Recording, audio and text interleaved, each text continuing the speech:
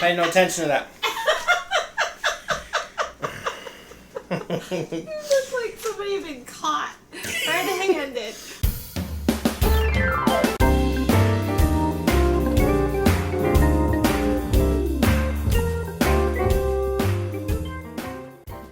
Hi, and welcome back to another edition of Cooking Chris's Dishes with the good old boy, that's me, where we're cooking up dishes straight from recipes.crock.com, which is my beautiful wife's cooking blog, has over 500 recipes and rising. And Crock Posse, I got something for you today that I have been excited to try for a couple months now.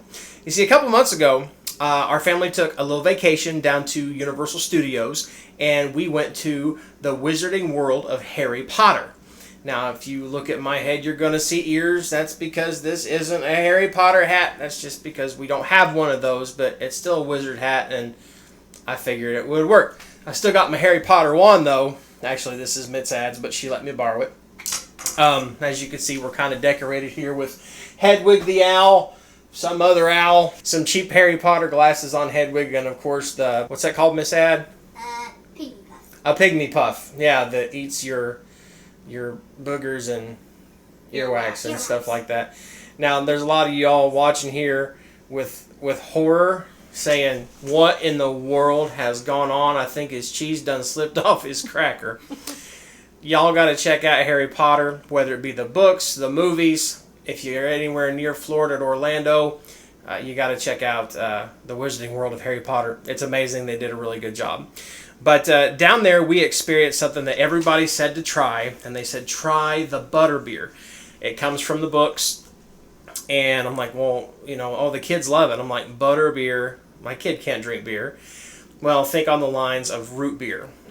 It's a very unique flavor, and actually pretty much what it is it's a cream soda, and then on top of the cream soda, they put this creamy froth on top that tastes like butterscotch, and when you take a sip of it and it mixes together, it's buttery. And it's like a buttery root beer.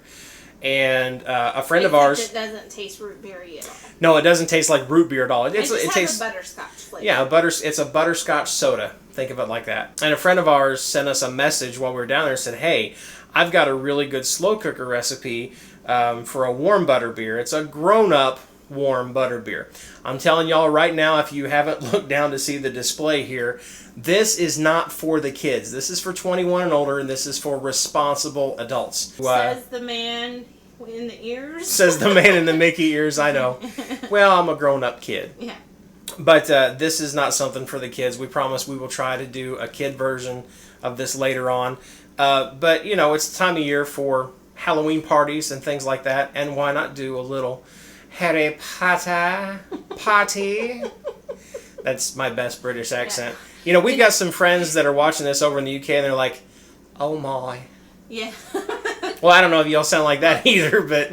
We'll just come out and say it that Miss Ad and I are the true Harry Potter fans. J.K. Rowling is not endorsing this video, I can tell you that right now. But let's get to the recipe. What you will need from this, and by the way, before I go on, I do want to mention who gave us this recipe. This is Andrea Haney. I actually am one of my co-workers. Brian Haney is her husband and a very good friend of mine. I've loved that guy ever since we started working together. And his wife is just a very, very sweet, kind lady. And she was kind enough to say, absolutely, you can use my recipe on your site. So, again, Andrea, we love you. We thank you. You can check her out at Improv Andrea over at Instagram. Again, we're just super excited to make this, and it goes a little something like this. You're gonna need 4 beers, 4 light beers. They use Coors Light. I'm a Bud Light guy, so I'm going to use 4 Bud Lights to sacrifice for this concoction. And then we also need a stick of butter that is salted. And you also need 16 ounces, which is also 2 cups, because a pint is 2 cups. A pint is a pound, a world around.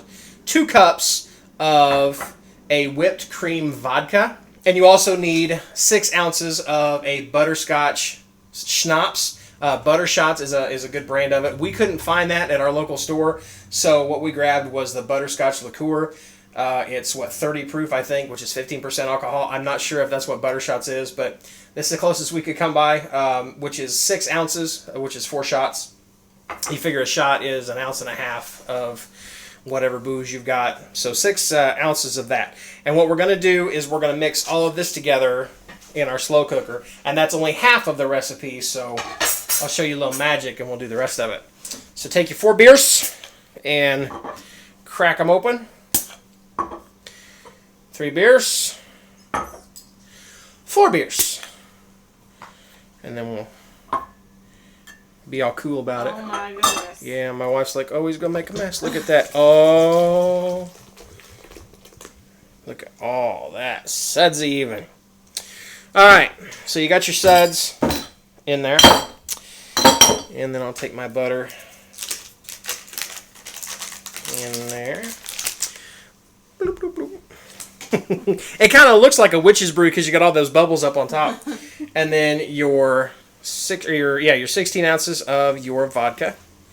You put that in there. And your 6 ounces of butter shots, as we're using butterscotch liqueur. And that's that part of it. Set this in your slow cooker. Put your lid on your slow cooker, and then you want to set your slow cooker on a simmer, and you just want to simmer it until pretty much till the butter melts and everything is warmed up. So that would be a high. Turning it on high. Yes. And letting it go on high for like an hour or two, just watching it until you see it start. You just want it to warm up. This is warm. Yeah. Think of like a warm cider, only adult friendly. So here's the cool part of what we're about to do. In true Harry Potter fashion, we're going to do a little magic trick. Oh my. I have come up with a spell to go on to our next thing. See, the next part of this is to make that frothy topping that goes on top. And I'll come back with the ingredients to that. And my mixer will be over here to mix up the topping right after this spell. You ready? I've been trying this. It's how do I do this, Miss Ad? It's Swish and flick. swish and flick, right? Okay. Well, not a circle. It's like a U shape and then down, like you're making. Oh, like a U shape and down. So like a backwards U. Not a backwards me, but a backwards U. Okay, here we go. You ready? Yep. Y'all ready for this? Tequila Patronum. Was that not a cool trick? I thought it was pure magic. Speaking of pure magic, let's get on with the other half of this wonderful concoction. I have a question, Professor. Yes? Go ahead, madam. Your potion doesn't seem to have any tequila in it. Well, It worked anyway. I didn't know any magic spells for vodka. All right, so the next half of this is the frothy, creamy topping that goes on top, and what you need is the following ingredients, which is 1 cup of heavy whipping cream that is very cold. We got this just out of the fridge. 2 tablespoons of butterscotch sundae syrup, like you put over ice cream or whatever, and you want this at room temperature, and then a pinch of cinnamon, a pinch of salt, and then the sweetener of your choice. Of course, I like sugar, and that's what we're going to use. And I got these really cool little measuring spoons from my wife here, and they actually have a pinch, a dash, a tad, and a smidgen. I didn't know that they were real.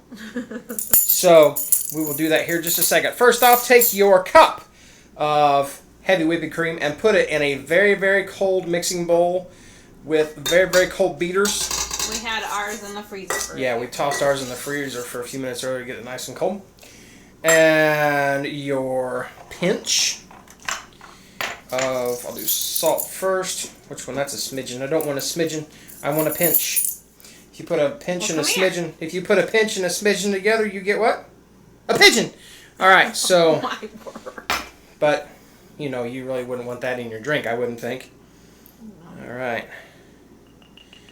So there is a pinch of cinnamon. And then 2 tablespoons of your butterscotch syrup. There's a 1 tablespoon. Oh my. That's all over the place. I'll clean that up later. And 2. Now, I have never whipped up whipped cream before, so this is my first time. So if I mess this up, I'm sorry. All right, so here we go. Turn her on, and this might get a little loud in that mic. Sorry, but you can see all that stir up. It looks really cool down there.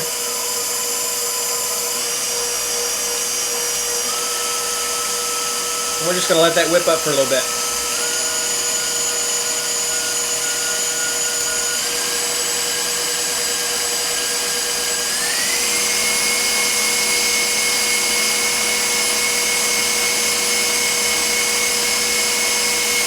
I want to see something real quick.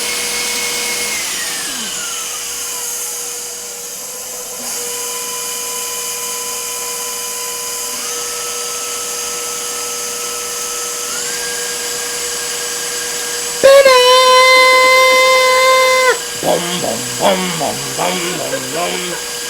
Sorry. Alright, it's starting to froth up pretty good. Now I'm going to take and wait till it shuts off and kind of beat down the sides there. You don't want your stuff to warm up. No, you don't want your stuff to warm up. It's going to warm up. So Yeah, don't quickly. Don't get fast.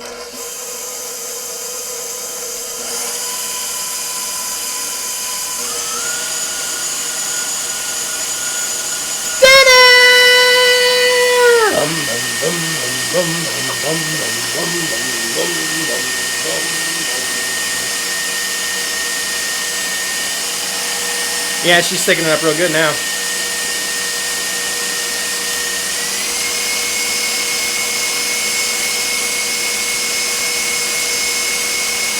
Alright, see how it's starting to really thicken up down there? Turn it off again. Quickly, beat down the sides. See how thick it's getting? It's getting real thick. A couple more turns of that and she's going to be done. I'm also going to test it to see. Well, it looks about the consistency of what they serve. And she was right when she said what, I mean, if you want to sweeten this up a little bit more. I'm going to sweeten mine up a little bit. Stick this in here. So we'll put about a tablespoon of sugar in there.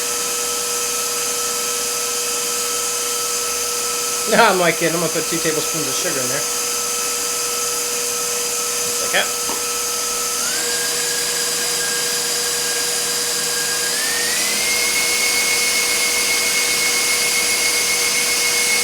Now it's starting to turn into whipped cream.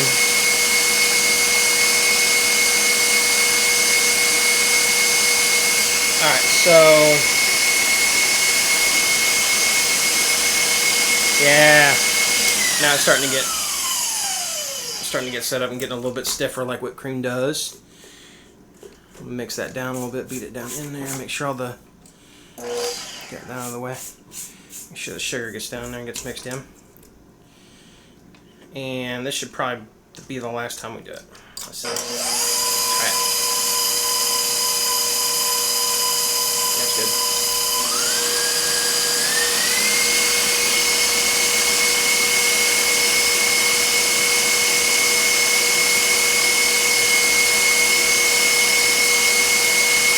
Alright. Get this out of the way.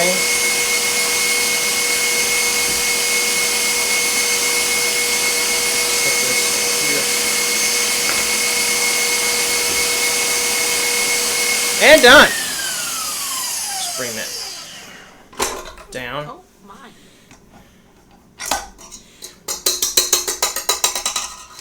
And now we'll give it a test. That, it tastes just like the froth on top. Okay. Down there. So now, ladle you out some. That goes on top. I know, I'm trying to find a... I don't think a rice spoon would be a good thing to use for that. I'll just use this spoon here. Alright, now Andrea says to make sure it comes up warm. All the butter has melted. I can't shift that camera over, so you're just going to have to trust me on this part. That all the butter has melted down with all of your booze, all of your beers. The booze and the beers. Yeah, she said to give it a good stir, and I see why, because that milkiness from the butter kind of rises to the top. It smells really good in here. That butterscotch schnapps or butterscotch liqueur that we're using, really, you can really smell that. Can you smell that back there? Mm-hmm. Alright, so now, here's the cool part. I got a Butterbeer mug. I don't know what I'm going to do with that. I meant to grab my ladle. I swear I haven't done more than a sip of that. Alright. Hold it over there. Yeah. Let's get... Yeah, I was worried about the color, but the color's pretty on point. Maybe it could be a little darker. I could have used a darker beer, I guess. I don't know how that would have tasted though. Maybe a Guinness, but that'd be awful stout. Nah. And then now this is just for prettiness sake. I'm filling the stein up. I don't know that I don't drink know that all I would that. Drink that. Nope. I bet Andrea is watching this video right now going, "Oh my gosh, she'll be laying on the floor." All right, so now we'll take our spoon. What'd you do with my spoon? There it is. And we will spoon out. Now look how thick that got. All that. Can you see that right there? I'll put it on my camera. And we'll do one more because it tastes real good. Get a good dollop of that in there. Right on the top. And one more dollop on top to make it all pretty. Oh my goodness. I really like that foam. And this is what homemade warm butterbeer looks like. So now, you know, we'll belly up to the bar here, y'all. And we'll drink it in true Harry Potter fashion. Really? Yes. Are you ready? Mm-hmm.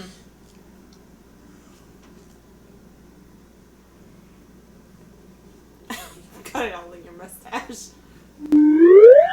Oh my goodness. Woo! And? That's good. Oh my goodness. Oh, I mean, I know I've said this in other stuff. When you put butter in, it's buttery, but it is. The butter kind of thickens that up a little bit. Of course, you get a butter flavor with it. You have a beer flavor with it. The whipped cream vodka that's in there. Sorry, I know I've got this whole room in my mustache. The whipped cream vodka in there sweetens it up, along with giving it some warmth from the vodka.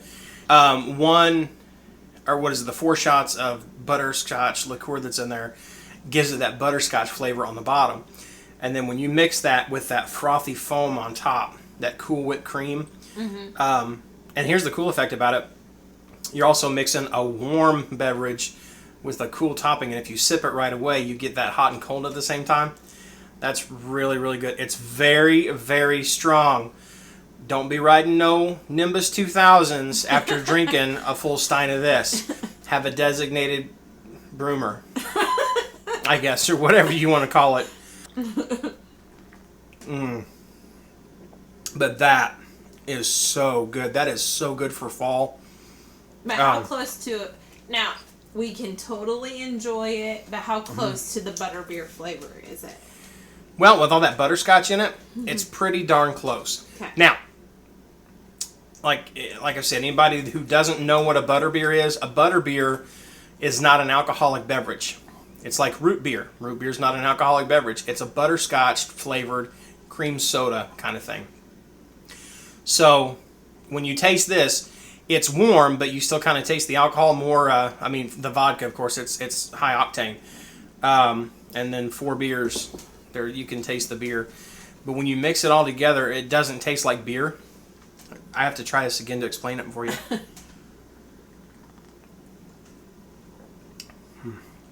It's just good. It's just really, really, really good. You're just getting it all over your face. And if you have a mustache, it'll keep you occupied for a while. But no, that is super good. Andrea, we want to thank you and Brian again for giving us this recipe to try out. Wipe your face off. It looks... It's everywhere. It's down here. Okay. This is a drink that'll make you foam at the mouth. No, don't. You just cleaned your face off, but you keep... It's that good! Oh my. But again, we'd like to thank y'all for joining us for another... What? So we want to thank y'all for watching another edition of Cooking Chris's Dishes. We're getting all slap happy up in your try one more time. So we want to thank y'all... Shh! I'm gonna lose... My battery is almost dead. You'll lose! Shh! So we want to thank y'all. This is good stuff. And if you like what you saw, subscribe down below. Hit the... Really? Excuse me. Really? So So we want to thank y'all for watching another edition of Cooking Chris's Dishes with the Good Old Boy. If you like what you saw, click down below where it says subscribe and you will be a member of the Crock Posse.